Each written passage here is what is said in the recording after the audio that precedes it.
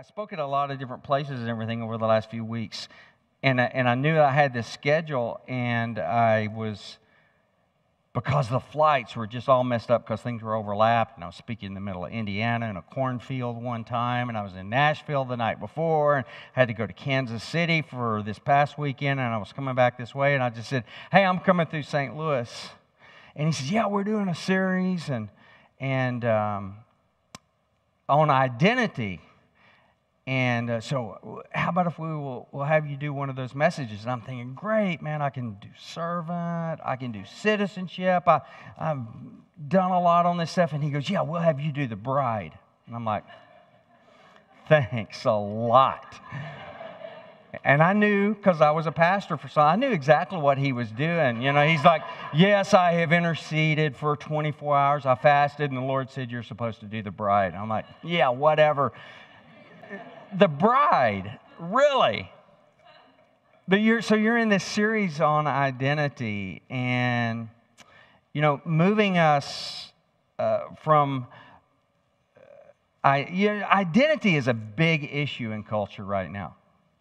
Everybody's searching for identity, sexual identity, this identity, that identity, and on the other hand, the world is ready to give you an identity, and a lot of us our identities crafted out of our career, our station in life. I'm a husband, or I'm a wife, or I'm a mother, a father, a brother, a sister, or I'm a this, or I'm a that. And it really causes us to have a tendency to live out of a false self rather than our true self. And to really help us get our head and our heart with the correct identity, the Bible is amazing because there are so many metaphors. There are so many analogies. Jesus taught in parables. And you even think about the term parable. It's the parable, parabolic, parallel. These are hints about what that means. So another term is similitudes, or similar analogies, metaphors. Jesus taught in these ways so that we could kind of see a picture and then we could identify with that. And one of these identities that we're looking at today is the bride. And I don't know about you, but for me, and especially for guys, this is probably one of the hardest ones for us to get our head around. Would you agree? How does a guy identify with being a bride? It's kind of strange. And so I was just kind of thinking about when I've ever seen a guy be a bride. And this will totally lose any millennials in here because all my analogies are old. And I remember one of the first things I remember this is an old Andy Griffith show where Barney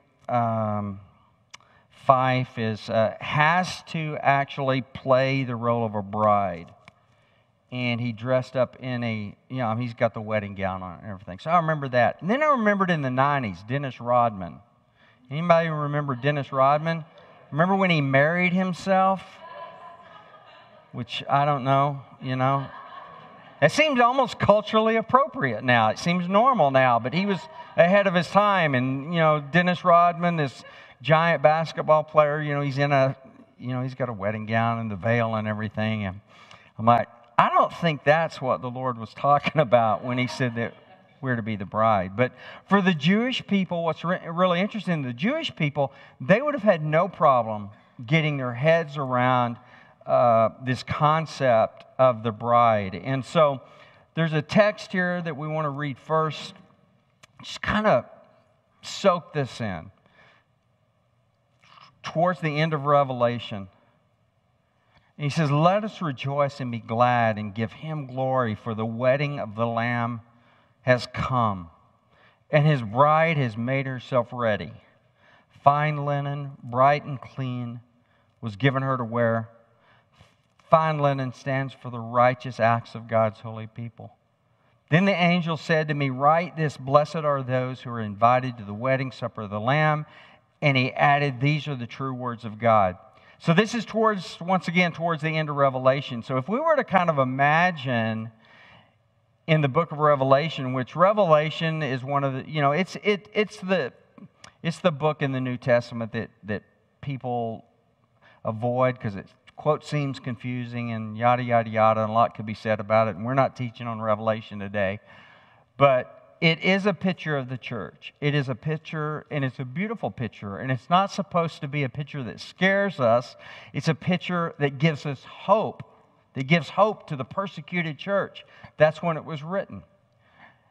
And so today, this would be like reading this text. And you know how some movies actually open with a closing scene? And then the next 2 hours, you get the backstory. Here's how we got to this. And then towards the end, now they flash back to, now we're back at, no, okay, now this closing scene makes sense. And then they finish the story. They resolve it. So that's what we're going to do here in just a few minutes. We just got a little bit of time this morning. But that's what I want to kind of do, is kind of give some hints of why the Lord would say this and the things that He says about this. This really is a picture of what the Jewish wedding would have been and where we are headed towards this marriage supper of the Lamb. Now, once again, the Jewish people would have had no trouble getting their heads around what this analogy of the bride, which does run throughout and is mentioned a few other times in the New Testament driving up to this. Because for the Jewish people, a wedding was a totally different deal than it is for us. For us, it's a one-day deal, really.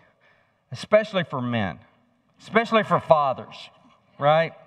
So fathers and the groom, it's like, you're just utilitarian. We had to have a groom. That's why you get to be part of it. We had to have a father because the father has to pay for this deal, right? And so some of us have a mutual buddy. I don't know how many of y'all know him, but Matt Perona. So Matt lives in Columbia. He was a vineyard guy. And Tim, has he got eight daughters? I think Matt makes good money, and it's a really good thing he does. Can you imagine 8 weddings? I'm immediately just going, ching, 8 weddings to pay for. That was not the way it was in Jewish times.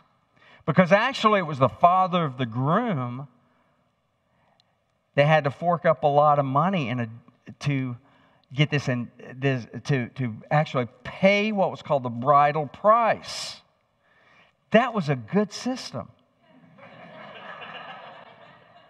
So I told Matt a long time ago, I said, look, man, if I were you, when these girls grow up and these guys start coming around and they start proposing, I immediately would go to the guy's dad and go, hey, we're Jewish.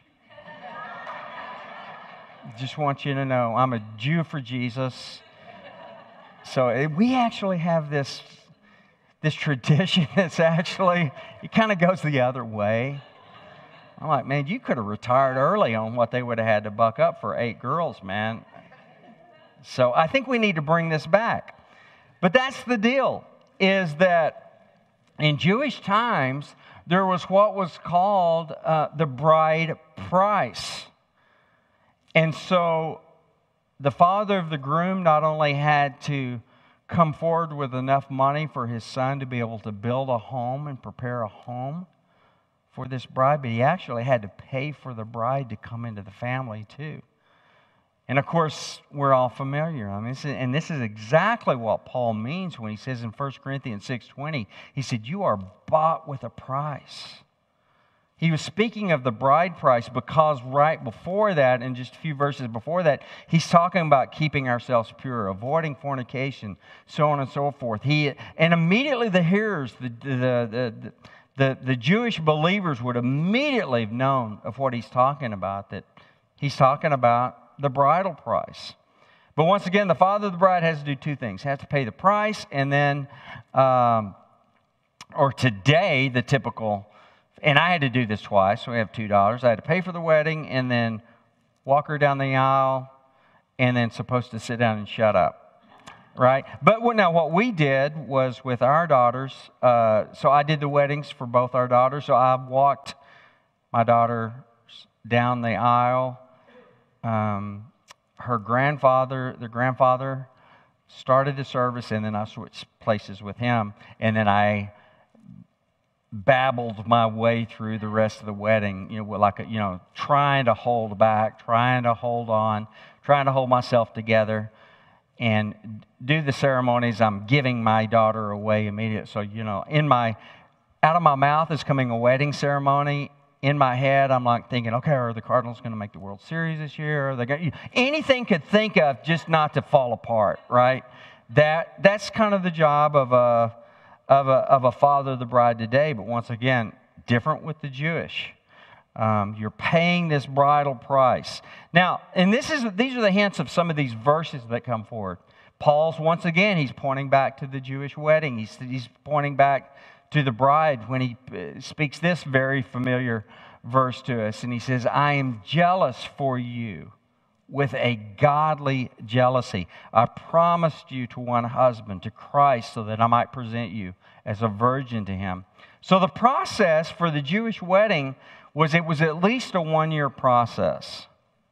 So there was the proposal, and here's the thing, many times the proposal wasn't the groom making the proposal, it was the two dads getting together. That was very often how the proposal would go down. And even to this day, is that the father of the groom would go to the father of the bride. An arranged marriage is basically what it was. So when Paul talks about this jealousy and wanting this purity, he's reminding the church that the wedding process has begun. And so, once again, it's not a one-day process. It's about a year-long process for what they would call the wedding. And so, he is telling the bride, he's telling the church that she can't have these fractured allegiances, that she's been betrothed to one husband.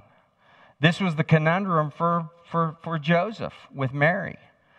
And here's the other thing. One of the reasons it was a 1-year process was because 9 months fit within the gap of 1 year. And so it was easy to tell whether the betrothed bride was living up to this.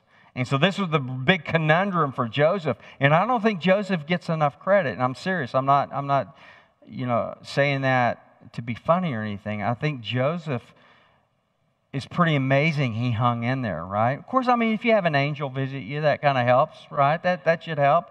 But you could say, well, this could have been a demonic manifestation trying to talk me into walking this thing out.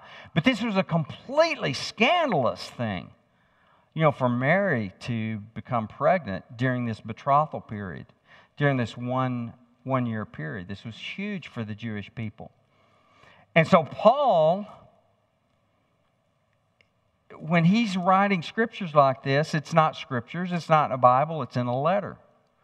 We have our church services today, and we've got the PowerPoints, and we've got all this and all. That's not what was happening with the early church. Literally, they were coming together, they're having a meal, and then someone said, oh, hey, Paul sent us a letter this week. We got a letter, it just came in. Everybody gather in. And then somebody would sit down and they would read the letter. And so they're reading as the church. Paul's reminding them, hey, don't forget who you've been betrothed to. You are the bride of Jesus. So that's the multimedia picture he's trying to put in everybody's mind. They're connecting it to something that's very much a big part of their life every day as a Jewish culture. So it's very vibrant. It's very popping into them that, that's a picture of who we are. So he's reminding the church that the wedding process has begun. She can't give herself to other allegiances. And then there's this word that we use theologically. And this is really part of the process that he's cracking the code on right here. And it's what we call sanctification.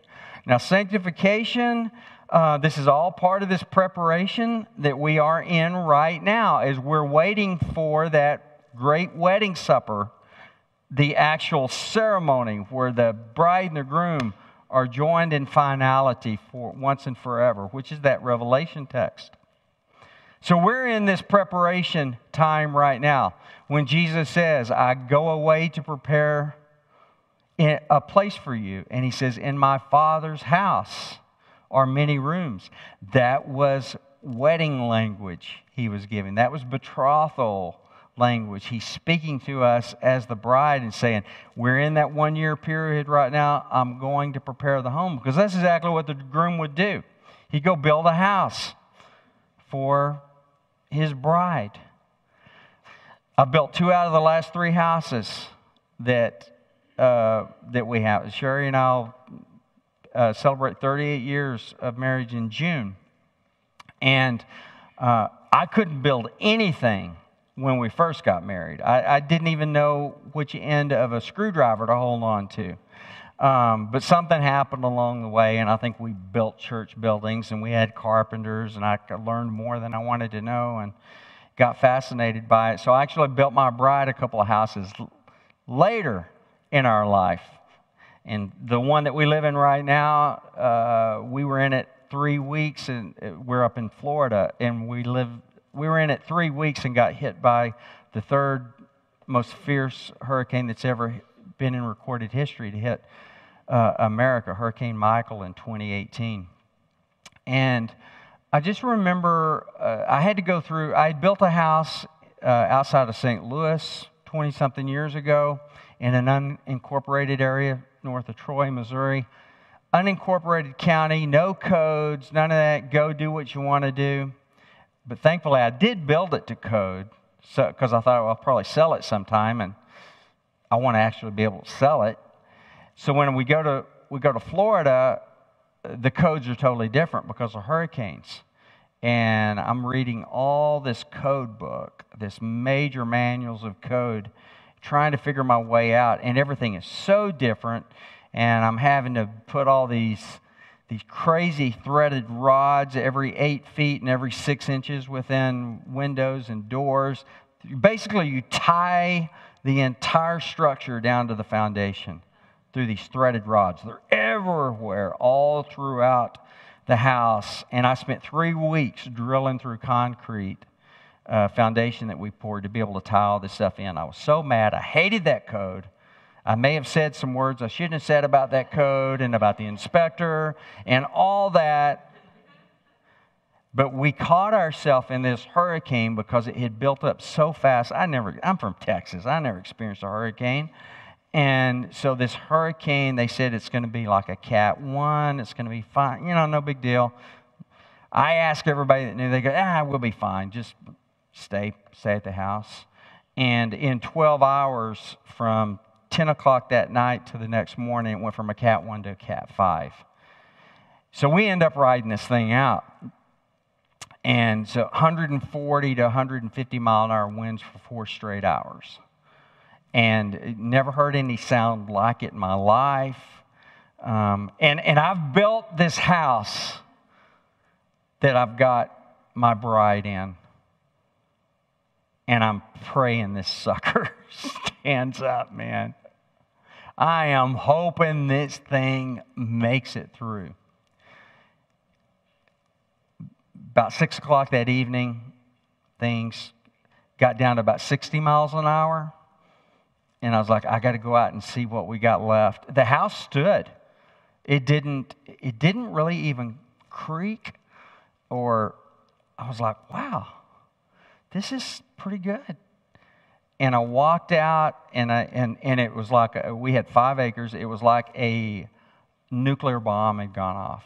I lost over 400 trees. We had this beautiful pine forest before, and it was just, and I am climbing over trees trying to, and I don't even want, it's like, like a car wreck or something, and you're like, I don't even want to look, my leg is hurting, I don't want to look at it because I'm afraid what I'm going to see. So I didn't even want to look at the house. So I walked out about 30 yards, climbing over trees and everything, grabbed my breath, and turned around to look at the house to see what we had left on the outside.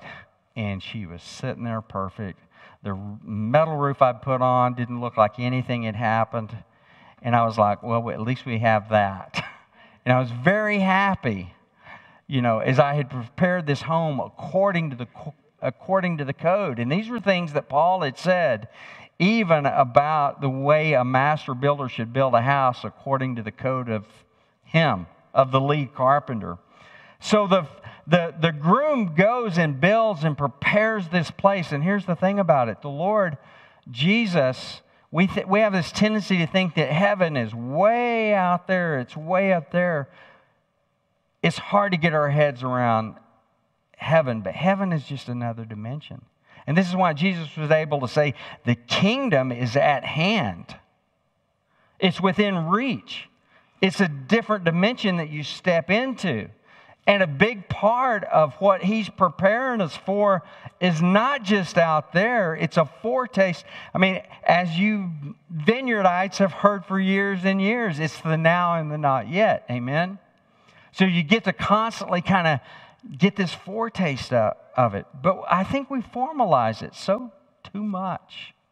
We don't realize that every day we can step into His house that He's preparing, because His house is literally a different dimension. We don't, sometimes I hear people say, oh, we're going to expand the kingdom, or we're building the kingdom. No, we're not. The only language you ever find in the New Testament and from Jesus is enter the kingdom. Receive the kingdom. He's already prepared it for us. He's calling us to step into these beautiful places. In my Father's house are many rooms. I go to prepare a place for you. Now, is it going to be different when we step over? Absolutely. It's going to go from black and white to Technicolor, right? It's going to go, forget Oculus glasses. Talk about different dimensions that we're going to step into. But He's preparing that, but He's given us a taste for that. We kind of get an inside look at it as the bride right now. But this is the season of preparation that we're currently in. Ephesians 5, Paul says, husbands, love your wives just as Christ loved the church and gave Himself up for her to make her holy, cleansing her by the washing with water through the word, and to present her to Himself as a radiant church, without stain or wrinkle or any blemish, but holy and blameless. Now, at this point, once again, she's already legally the groom's wife. That's why Joseph and Mary were already legally betrothed, though the marriage had not been consummated yet. But she's considered his bride at this point before the wedding. So this is a pre-wedding text. And this is a text that we're in right now. And so he mentions these things. He mentions being spotless, no wrinkles, holy, no blemishes. That's what this big theological word sanctification really means. So let's kind of break that down, because this is what He's preparing us to be right now. That's a pretty high standard, isn't it? If you ever look in the mirror and then go, if this is what He's trying to do, I'm in a lot of trouble. And I'm definitely in trouble. I turn 60 next Friday, and I look in the mirror right now. Don't even forget the hair's gone. I'm now getting these what do you call them? Age spots? Or I'm like, what is that?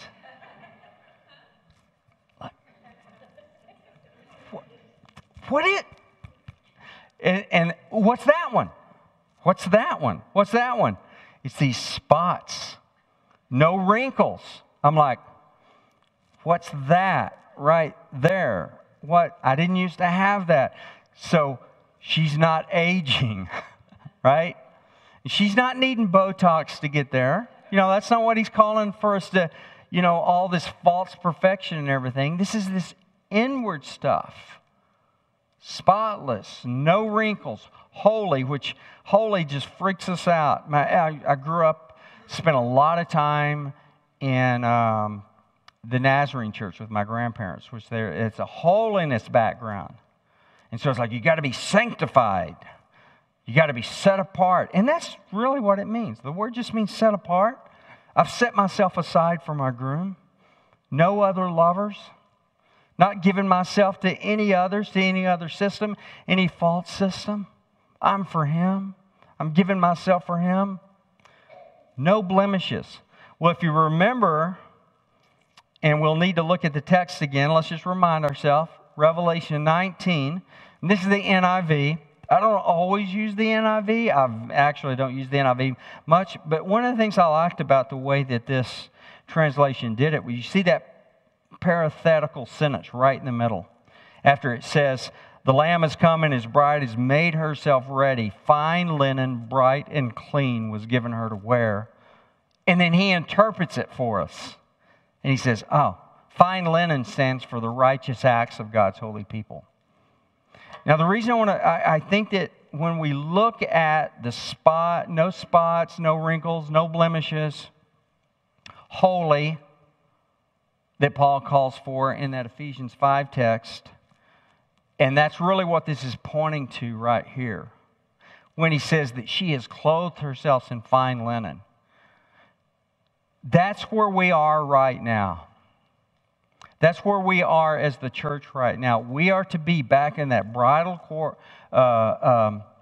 room with all the attendants. We're getting fitted now for the wedding supper of the Lamb. And it's a we corporate.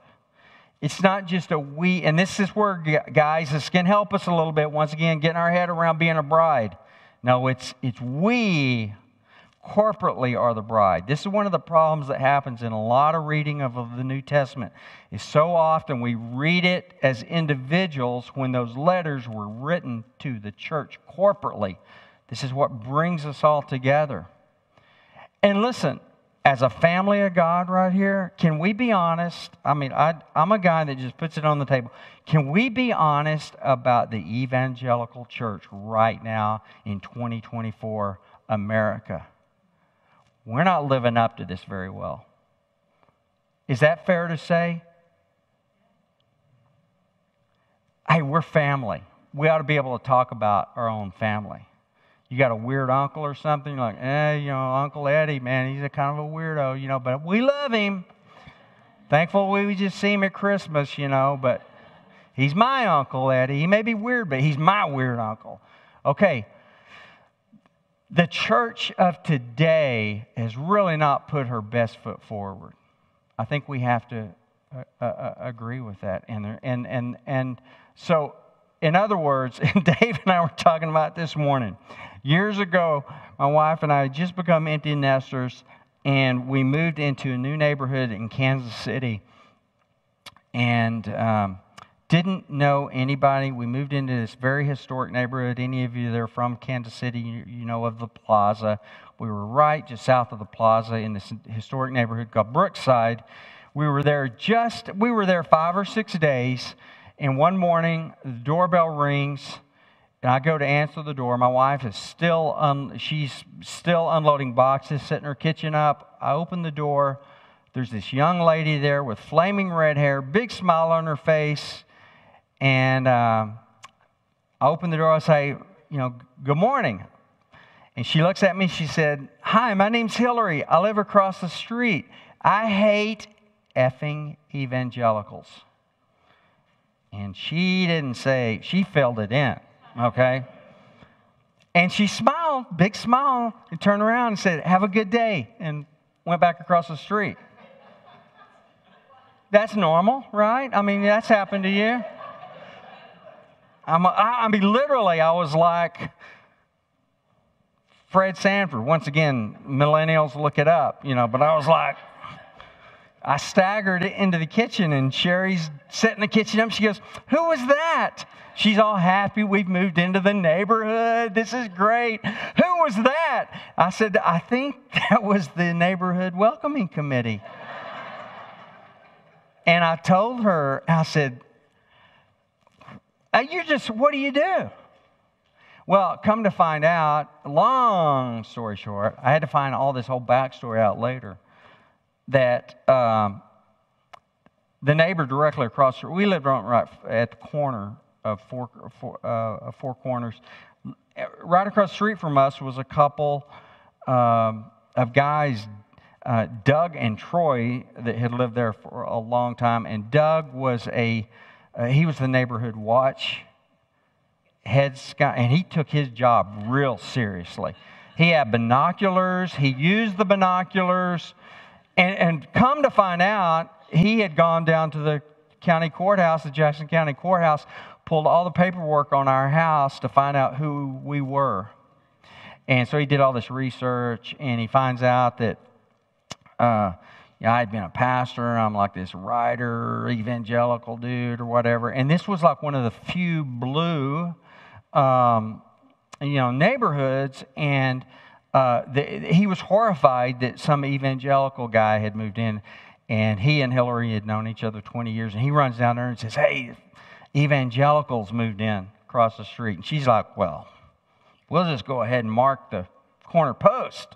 And she goes over and lets me have it with a smile. Well, the house that was next door to us was vacant when we moved in. Young couple moves in. It was really a completely the Lord thing. Dear friend, became dear friends. We didn't know each other. Young man, John and Alyssa. John was the pastor of like 1,000-member, like millennial church in Kansas City. Another evangelical. Well, Doug goes down, pulls the papers, comes back, runs over to Hillary. You're not going to believe it. There's 2 of them have moved into the neighborhood, and Hillary's like, "Oh my God!" There goes the neighborhood. Because the evangelicals have moved in. Well, think about it. The word evangelical, it's not a good word, because what most people think when they think evangelical, they think, these are judgmental people. They're homophobic or thisophobic or that, or they're on the wrong side of COVID, or no matter which side they're on, and blah blah blah, and they're Trumpsters, and they're this, and just not really good news when evangelicals move into the neighborhood. The irony is the word evangelical, do you know what it means? It's where we get the word gospel. It's the Greek word euangelion, which means good news. In other words, evangelicals, if you were just to break it down and reinterpret it, it could be called good newsicals. So actually, when the evangelicals move into the neighborhood, it should be the best news the neighborhood's ever had. It should be the best news the neighborhood has ever had. And so when he talks about here, and he talks about these fine linen stand for the righteous acts of holy people, I think we have a tendency to inflame that and think that's some big, bodacious, super spiritual thing, when sometimes it's just actually loving your neighbor in tangible ways. And I love what Jay Paddock wrote 12 years ago when he said, man, what if when Jesus said, love God with your heart, your soul, and your strength, and love your neighbor as yourself. Man, what if he meant your actual neighbor? Because he actually did. And the problem is most of us don't know our neighbors. I know I'm going late. I'm going to tell one more thing. I just feel led to. Just to make this a little practical on this fine linen and the righteous acts. These guys that lived across the street from us at that time, Doug and Troy, we had tried to get to know them and try to just show love and kindness to them, and there was just really these walls, and they eventually put their house up for sale. John and Alyssa, our next door neighbors, we ended up, that neighborhood became a real, just kind of a laboratory for living out the good news of the gospel. I mean, I just tell you so many incredible stories. But we were never able to impact Doug and Troy. We just couldn't break through some barriers. So Sherry, my wife and I, at that point, we were empty nesters. There were a lot of young couples in the neighborhood. There were a lot of old people in the neighborhood, which I called them old then. They are exactly the age I am now. Boy, they were old then, but thankfully 60 is the new 58. So feeling good about that. So, and then there were a lot of LGBT couples and family. There was no one like us that were in the wheelhouse of where we were at in life to just hang out. And my wife's an introvert, but she was really wanting friends. And she was really started praying. She's an intercessor. So she really started really fervent about praying. Well, Doug and Troy put their house up for sale. So I'm praying that somebody like us comes into this house. It became a big deal to her. I mean, she's naming it and claiming it and sowing seeds to TBN and everything to get this thing. Not really. So it's just that's preacher stuff. So but it's a big deal to her for like 8 weeks. And then the house, we see the sold sign. Doug and Troy move out. Sherry's all excited. And one night the moving vans move in. And she grabs her keys in her purse and she says, I'm running down to Constantino's, which is our grocery store that was close. She says, I'm going to run down and get something for you to take over there tomorrow. For me to take over there tomorrow. Because she's the introvert, right? So I do all the extrovert stuff. So she comes back with this really nice wine. I'm like, man, you don't even buy wine like that for us, And she's like, yeah, I want to see if my prayers got answered. So the next morning, she calls me down. I'm up in my office. Hey, it's like 10:30.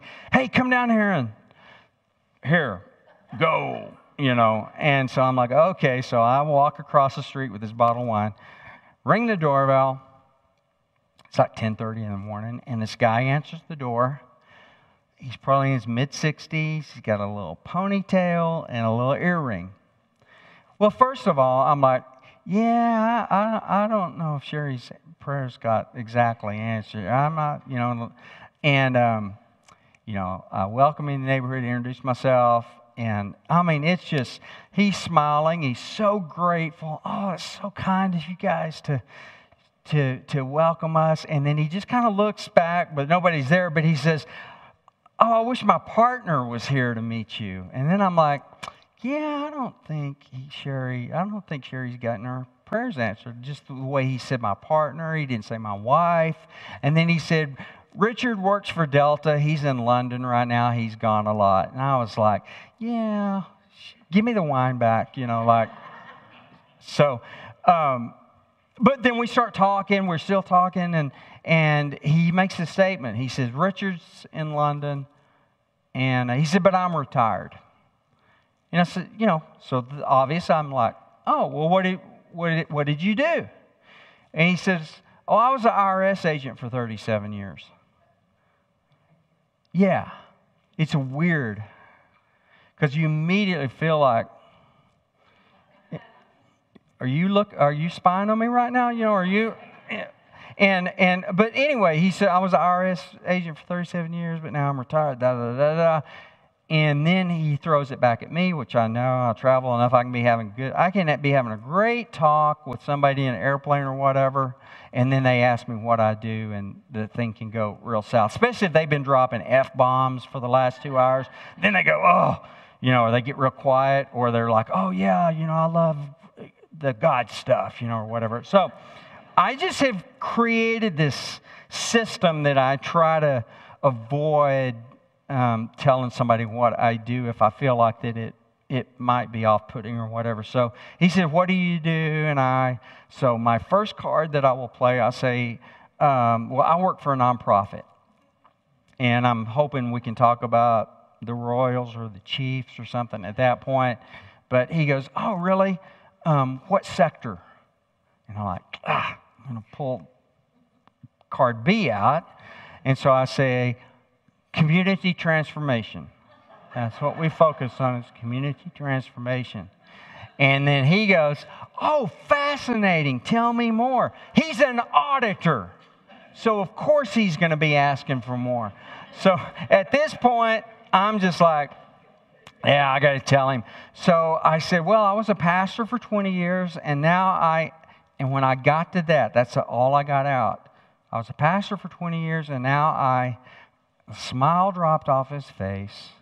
This sad look of brokenness hit his face like that. And he said, oh, are you one of those Christians that hate people like me?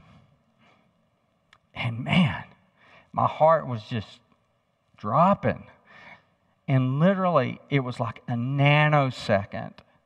in one of those deals that you hope that you are in a place where you are hearing and listening to the Holy Spirit, because I would take no credit for this. In a nanosecond, it's almost like I heard these words come out of my mouth before I even knew what I was saying. He said, "Oh, are you one of those Christians that hate people like me?" And I said, "No, Jesus loved tax collectors. He had one on his team."